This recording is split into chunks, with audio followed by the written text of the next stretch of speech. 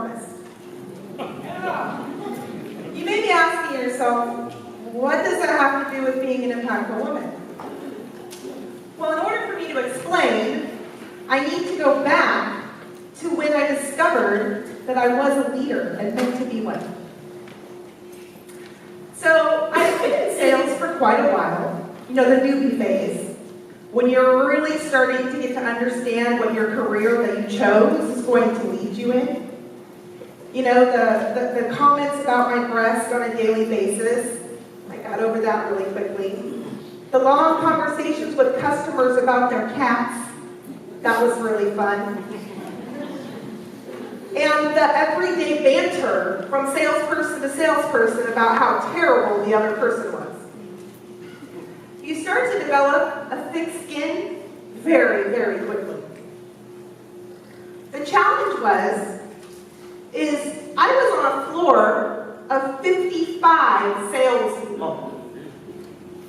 So if you can imagine the personality styles of working with 55 salespeople, I know you have all been there, at least at one time in your life. And lots of different customers.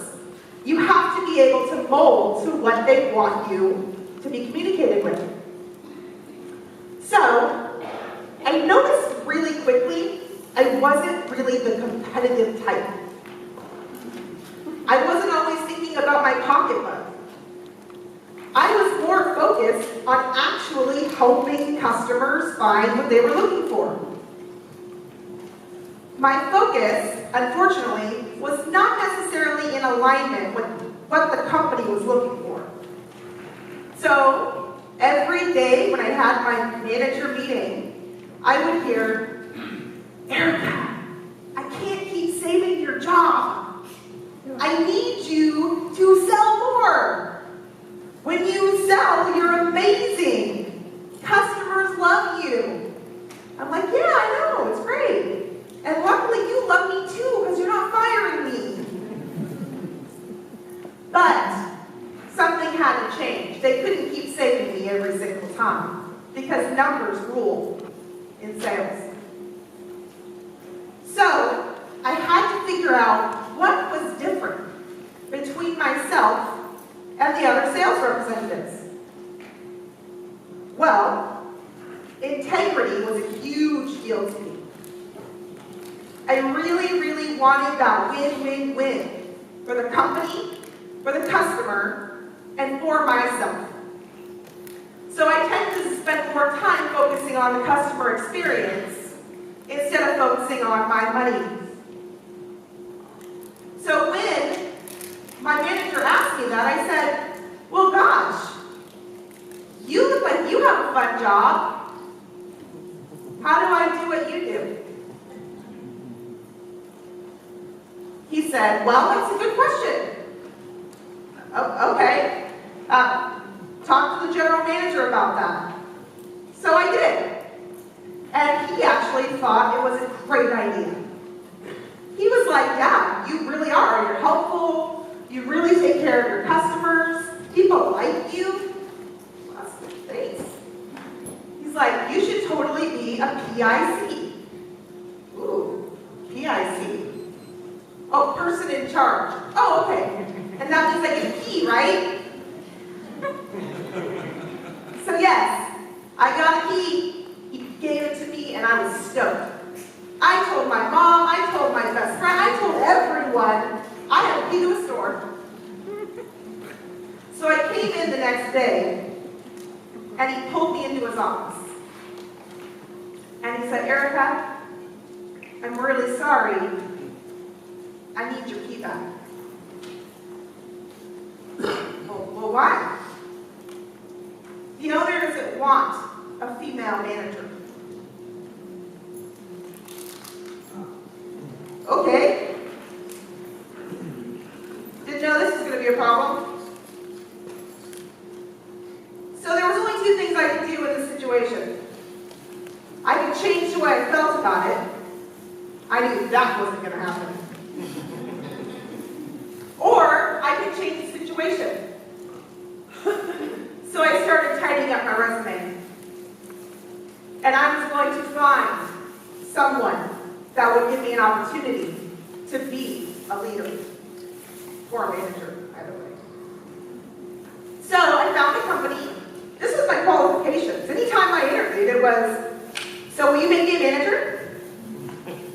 Well, let's see if you'll do the job right first. Okay. This company said, yes, you have the spunk. As long as you can hit your numbers, you can be a top performer, and you can work with your management, we will make you a manager. Fabulous. That's all I gotta do? That's all I gotta do. So, I did. Just that. I worked my ass off. I was one of the top performers in the first 6 months, and I was on fire. So when the position of manager came up, supervisor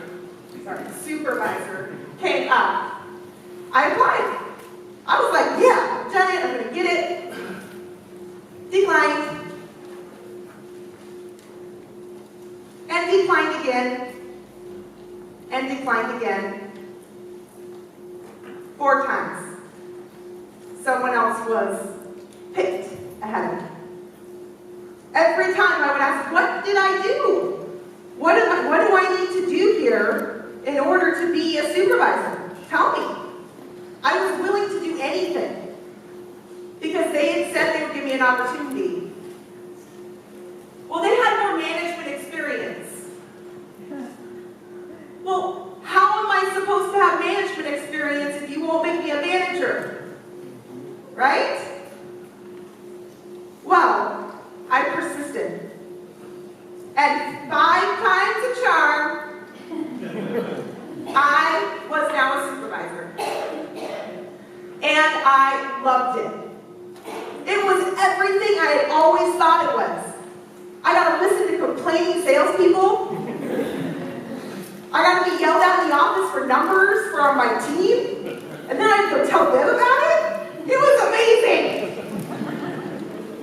One of my skill set was turning low-performing salespeople into high-performing salespeople.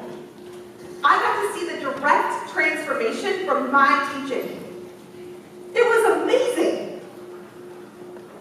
So I did this for about 4.5 years, and I felt like I had gotten to that point when you're like, okay, this is awesome, and I'm having fun. And then I started seeing things and being like, ooh, it'd be awesome if the company did this. And what if they did that? And what if we had an efficiency process and we had a morale boost? All these different things, the beautiful ideas from a supervisor. My circle of influence wasn't quite high enough or large enough for me to implement anything I thought of. So, gotta do it again, right? Time to go to the next level.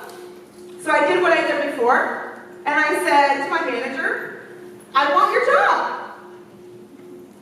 How do I get it? There was going to be a challenge with this, though. The challenge was, it was a very flat organization. There wasn't a lot of opportunity for advancement. And there was 0 career pathing. So, I asked in every meeting, every performance review, what do I need to do? Oh, all you need to do is don't be so gregarious, be super analytical, and have a better poker face. This was really what I was told. And I'm thinking to myself, oh, so completely change myself. I was thinking, I can't change my face, but I have to change myself. Okay. That's what I had to do, right? So I started to try and change myself. And the more I changed, the more I tried to fit the idea of what a leader was to them, the more unhappy I was. The job that I was in love with, that I worked so hard to get, was something I dreaded every single day. So, my bubble, it was the only thing I could do in order to be a leader. Until my bubble burst. I was laid off. Out of the blue. The thing I remember going out was I was so proud of myself for not crying during the layoff. Because when you have a thick skin, emotions tend to equal weakness. So I left, and I said, well, great. What do I do now? I ended up getting a job offer 2 weeks later for a sales manager with a higher income. They offered it to me. But guess what? This risk-taking thing that you get as a salesperson, I also had an offer for a startup business as a sales rep for an industry I had no idea about. So naturally, I took the startup position. I went with my gut. And honestly, it was the best decision I've ever made. I started to go out and figure out, what is my target market? What is the sales process? Who is it that I need to be in front of? And I started going to networking events, right? 3 events a day for 3 months straight. Hey, I commit. I needed to find out who I needed to know. But what I found was my purpose. You see, I was so stuck in my little cubicle bubble. I didn't understand what there was out there. And I worked with the majority of men my whole career. I started running into women that I loved. Amazing women that were gregarious and motivated, that were self-starters. They got to pick who they were working with, who their clients were, who their coworkers were, and whatever they wanted to do during the day. And still make money. Building relationships for a living. Sounds good to me, right? I loved it. And I was going to be around those women. The women that wanted abundance. They believed in abundance, not scarcity. They believed that there's enough for everyone, not just one small position in one small company. So I implore you, don't stay stuck. You can have happiness, and you can also be a little uncomfortable at the same time. When you stay in your comfort zone and you don't fly, you don't find yourself. So please, if you could take nothing from my talk tonight, take that. Use your skills and make an impact in the lives of others and in the lives of yourself.